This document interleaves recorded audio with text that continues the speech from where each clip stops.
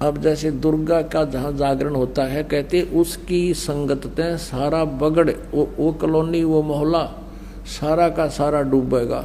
कैसे डूबेगा? क्योंकि उनके गाने बजाने का जो तरीका है वो मन की खुराक है। मन ने के चाहिए तबले तबले बांध रखे हो, अच्छे सुरीली गाने हो, ढोलक पोलक टनक टनक, और फिल्मी गाने हो, तो उसकी जो तड़क भड़क न देख के, उसकी व्यवस्था न देख कर, वहाँ के जो गाने बजाने और आकर्षण न देख के आम व्यक्ति आकर्षित हो जाता है। और एक स्वभाव है प्राणी का कि जैसे हम जब तक तत्व ज्ञान से परिचित नहीं है, तो कोई जैसे मंगलवार का व्रत रख रहा कोई, और कोई इसको कह दे भाई शुक्रवार का वो रखना चाहिए, बहुत लाभदायक है, वो शुक्रवार का भी शुरू कर दे, और उसने पता नहीं से लाभ क्या होगा। एक बार एक बहन आई यहाँ पर, वो अपनी उसकी बहन जो नाम ले रखी थी वो लेके आई इसको, वो दूसरी जगह भी हक रखा था उसका, दूसरी जगह वो लेता आई उसने, दोनों बोली जी मैं शुक्रवार के व्रत रखती हूँ।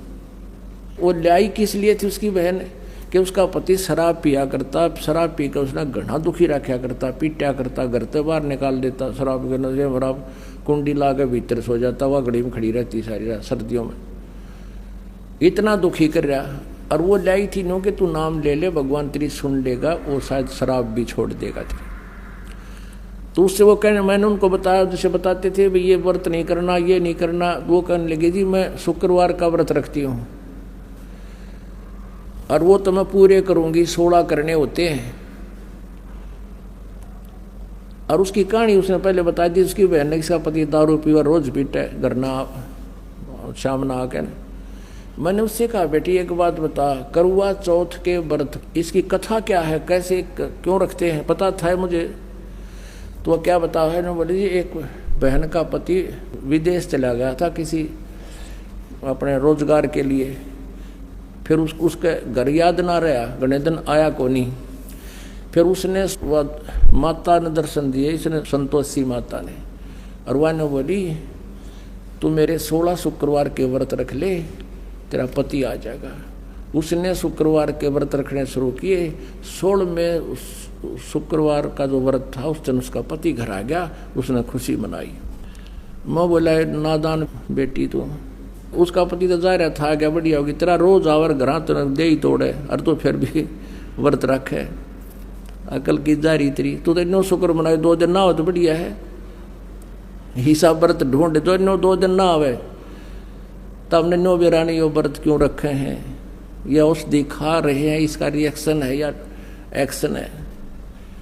अब ये मालिक की एक वाणी है कि दुर्गा ध्यान पड़े जिस बगड़म ता संगति डूबे सब नगरम। जैसे किसी के घर पर ये दुर्गा का जागरण होना, तो पड़ोसी और भी जिसका थोड़ा सा ब्यों तो उन्होंने क्या करे, ए जी हमारा भी कर दियो तड़के, हमारा भी रख दो, हम भी एक जागरण करवाएंगे, क्यों देखा देखी हम करते ही हैं, भगवान का ज्ञान तो हमें है नहीं। और उनके सुरीली आवाज़ और बड़े गाने बजाने सब तरह के अट्रैक्शन होता है। अब वहाँ क्या था, एक बार इस दास को भी अवसर मिला एक जागरण की थोड़ी सी झलक देखने का, जब नाम ले लिया था ज्ञान हो गया था। एक भक्त हमारा, तो थोड़े से भगते उसके घर पे गया हुआ था शाम को, फिर वो थोड़ी देर पाछा उनके वो ढोलक से बाजन लग गए। मैंने पूछा ये क्या हो रहा है, कि दुर्गा का जागरण होगा यहाँ पर। हम दोनों चल पड़े, पैदल आ रहे थे, तो देखा उसके साथ में टेंट ला रखे घर के आंगन में, और वहाँ दुर्गा का वो जागरण शुरू हो रहा।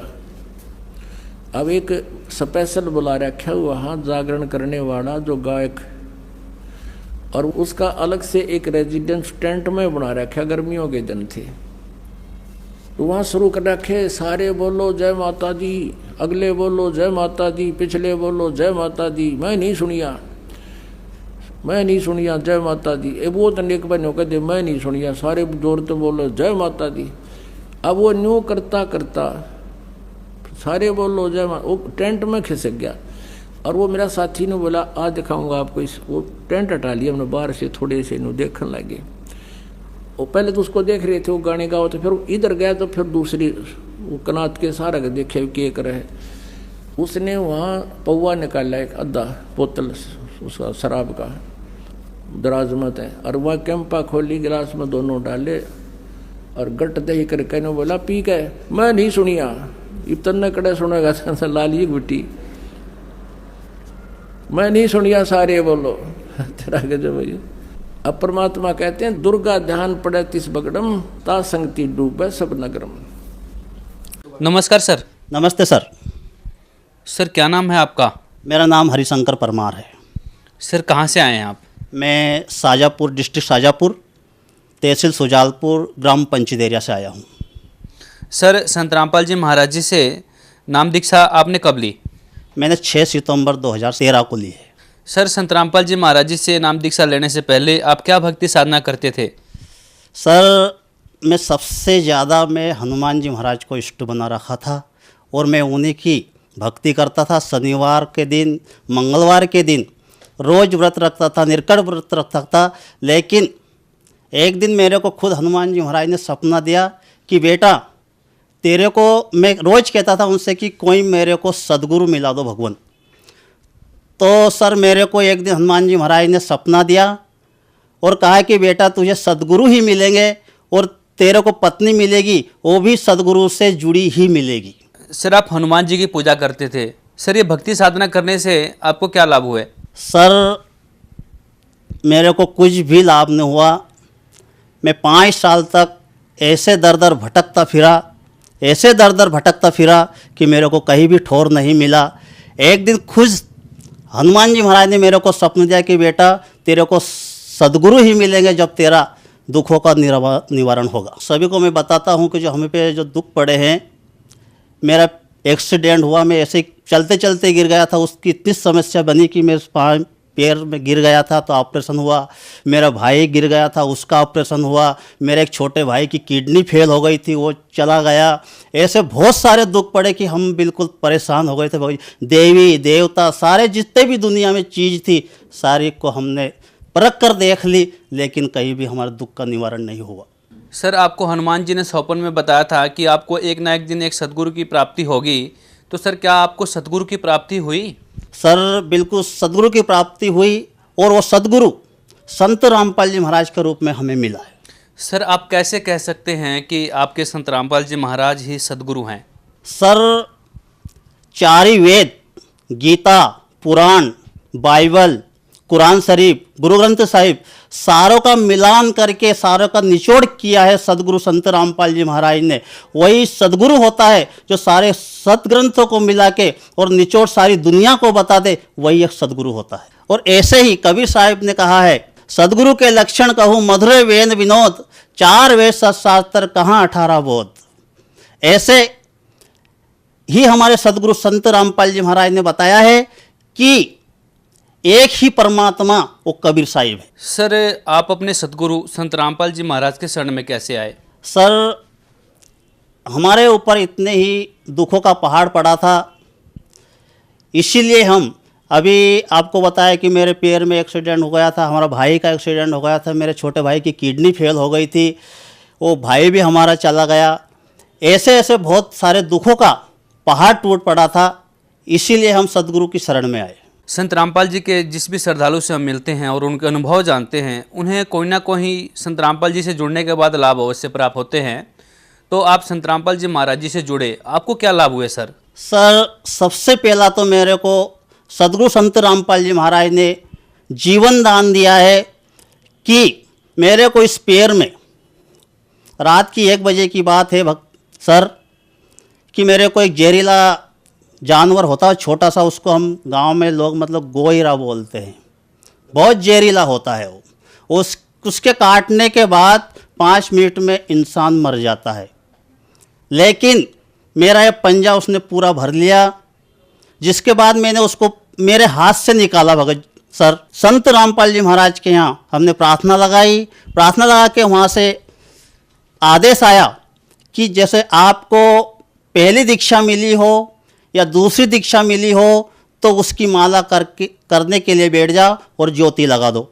मैं ऐसा किया भगत जी, वो दिन है कि आज का दिन है, मैंने एक गोली भी नहीं खाई और 1 महीने तक उस पैर में उसके दांत के निशान मेरे पैर पर है उसके। तो सर उस जो जानवर ने मुझे काटा है उसका अच्छे डॉक्टर भी कहते हैं कि उसके काटने के बाद इंसान 5 मिनट भी जिंदा नहीं रह सकता है। लेकिन आज मैं संत रामपाल जी महाराज की कृपा से आपके सामने खड़ा हूं। और दूसरा लाभ, एक भैंस थी, वो जनने में थी, मतलब 2-4 दिन में जनती थी, वो बच्चा जनती थी। बच्चा जनने में उसकी आंत पूरी बाहर आ गई। सर संत रामपाल जी महाराज के पास दंडवत करी कि मालिक अब तू ही बचाना। सर मैं उस घर से और जहाँ भैंस बंधी थी वहाँ से 1 मिनट का रास्ता है मात्र। वहाँ से जब मैं आया और भैंस को देखी तो भैंस मुझे चारा खाती मिली। भगत जी मैं क्या बताऊँ, उस परमात्मा की शरण में अगर मैं नहीं हो तो मैं बर्बाद हो जाता। मालिक ने मुझे बहुत सुख दिया परमात्मा ने। जैसे मैं फिर जहाँ सो रहा था वहाँ पे गया तो हमारी भगतमती ने पूछा कि अब अपनी भैंस कैसी है। तो मैंने कहा भैंस तो बहुत अच्छी चारा खा रही है।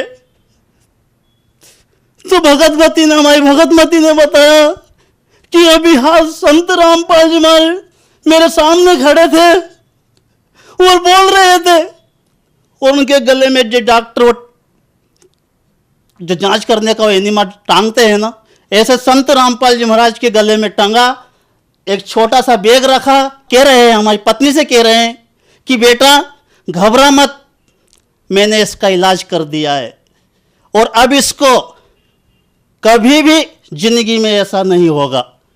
सर अब दूसरी बार वो भैंस जनी है, उसको इतने से भी कोई खरोच नहीं, अपना 4 लीटर दूध दे रही है। तो दूसरा लाभ यह हुआ। तीसरा लाभ, हमारे ताऊ जी उनका हमारा ट्रैक्टर था, वो हमारे बंटवारे में उनके पास चला गया।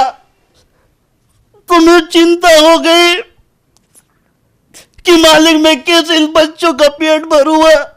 फिर एक रोज संत रामपाल जी मेरे सपने में आए और कहा बेटा ज्योति लगा के निकल जाना। तो जब मैं ज्योति लगा, सुबह हुई, मालिक से प्रार्थना करी कि परमात्मा मैं किस ओर जाऊं, ज्योति तो लगा दी मालिक। सर आधे घंटे बाद मैं किसी को पहचानता भी नहीं हूं और मेरे पास आए कि तेरे को ट्रैक्टर चाहिए। मैंने हाँ। तो मेरे को लेकर गया और जो मैं ट्रैक्टर वाले के पास गया कि 1 लाख रुपया कम में दूंगा, 1 रुपया सैकड़ा का ब्याज लूंगा और 20 साल में पैसे दे देना, तू लीजा ट्रैक्टर। उसमें 36 लीटर डीजल भरा था और डीजल भी उसने नहीं निकाला। आज जो भी वो इंटरव्यू देखता, हमारे गांव में कोई भी देख लेना, हमारे घर पे वो ट्रैक्टर खड़ा है। चौथा लाभ, अभी 2 महीने हुए सर जी, हमारे गांव में पानी नहीं है पीने का, बहुत सूखा है। हम भी बाहर से, मैं भी ट्रैक्टर से ड्रम रख के और पानी लाता हूं। मालिक से प्रार्थना करी कि मालिक इस दास को परेशानी है परमात्मा। तो संत रामपाल जी महाराज की हमने प्रार्थना लगाई। अभी 2 महीने हुए हैं सर जी। तो मालिक ने आदेश किया कि बेटा मेरा बेटा तीसा नहीं रह सकता, जा लगा ले, कहीं भी लगा ले, कहीं भी लगा ले। सर जी उस रोज मेरे पास एक खुद आदमी आया कि तेरे को बोर लगवाना। मैंने हाँ। तो बोर मशीन आधे घंटे बाद ही मशीन आ गई और जैसे मशीन लगी, गांव में किसी को भी भरोसा नहीं था कि यहाँ पानी है। आज भी भगत जी मैं बता दूं, हमारे गांव चलना, वहाँ 500-400 फीट भी होल लगे हैं, लेकिन जब मशीन चालू हुई तो 45 फीट पे पानी परमात्मा ने, संत रामपाल जी महाराज ने दे दिया। और 250 फीट वो बोर है भगत जी, उसमें पानी, उस में है ही नहीं पानी। जब भी परमात्मा ने, आज फुल चल रहा है परमात्मा की दया से, बहुत अच्छा पानी, और हम सब पी रहे। जो भी आते हैं सबको मैं भरने देता हूं। और मालिक से प्रार्थना भी यही करी थी मैंने कि मालिक मैं भी भूखा ना रहूं और साधु भी भूखा ना जाए, ऐसी परमात्मा संत रामपाल जी महाराज ने दया करी। 4 साल पहले भगत जी हमें खाने खिला लेते। मतलब मेरे को वाली ये थी चिंता थी कि मैं क्या करूं, मेरा भाई मर गया। मेरा भाई एक शिक्षा विभाग में नौकरी मास्टर है आष्टा के पास। मैं अकेला रहता हूँ, मैं अपंग हूँ। और जो मेरे भाई जो चला गया उसके बच्चे भी मेरे पास है। और जो हमारे भाई की पत्नी है वो भी, मैं भी उसको बहन के समान मेरे पास ही रखता हूँ। और वो भी दृढ़ता के साथ भक्ति करती है। ऐसा भगत जी मेरे साथ लाभ हुआ है। सर, संत रामपाल जी महाराज जेल में हैं। सर, इसके पीछे क्या कारण है? सर, ये हमारा दुर्भाग्य रहा है कि जो आज जेल में हैं। और जेल में क्यों हैं? इन्होंने संत रामपाल जी महाराज ने दुनिया को सच्चाई बताई है। बस एक ही कारण है सच्चाई का, कि उन्होंने सच्चाई बताई है, इसीलिए जेल में है। और जेल में सच्चा व्यक्ति भी गया है। कौन गए हैं? तुकाराम जी को गधे पे बैठ के सवारी निकाली। मीराबाई को भी एक जेल थी, प्रहलाद को भी एक जेल थी। और जेल तो एक देश आजाद कराने के लिए सुभाष चंद्र बोस, चंद्रशेखर आजाद को भी जेल हुई। क्या वो अपराधी थे? नहीं, उन्होंने सच्चाई का, सत्य का मार्ग अपनाया, इसलिए उनको जेल में डाला। कि कहीं संत रामपाल जी महाराज की सच्चाई का अगर दुनिया को पता चल गया तो अपने अनुयायी अपने पास नहीं रहेंगे और अपनी दुकानदारी बंद हो जाएगी। इसलिए इन सभी ने संत रामपाल जी महाराज के झूठे आरोप लगाकर उनको जेल में डाला गया। एक ऐसे संत को जेल से रिहा किया जाए, एक ऐसी आंधी उठे, पूरे विश्व में एक आंधी उठे कि संत रामपाल जी महाराज एक दुनिया में एक से संत है जो कैंसर, किडनी, चाहे कितने भी दुख हो वो काट के एक जैसे मंत्र की तरह फेंक देते हैं। ऐसे सुख दिया है सब भगत समाज को। सर, जो श्रद्धालु आपको देख रहे हैं, आप उन्हें क्या संदेश देना चाहेंगे? खासकर आप मध्य प्रदेश से हैं, तो साथ के साथ आप अपने प्रदेशवासियों को क्या कहना चाहेंगे? सर, सबसे पहले तो मैं मेरे गांव को संदेश तो मैं दे नहीं सकता, क्योंकि मेरे पास इतना ज्ञान नहीं है। ज्ञान तो मालिक दे सकता, मैं तो परमात्मा का दास होके मेरे गांव इस पंचदेरिया को निवेदन करता हूं, संत रामपाल जी महाराज के ज्ञान को, पहले ज्ञान को सुनो, फिर उससे जुड़ो और देखो कि क्या अच्छाई, क्या बुराई है, क्या अच्छाई है, क्या नकली है, क्या असली है, क्या सत्य है और क्या असत्य है। सभी से यही निवेदन है कि संत रामपाल जी महाराज की शरण में आओ और अपना कल्याण कराओ। बहुत बहुत धन्यवाद सर। नमस्ते सर।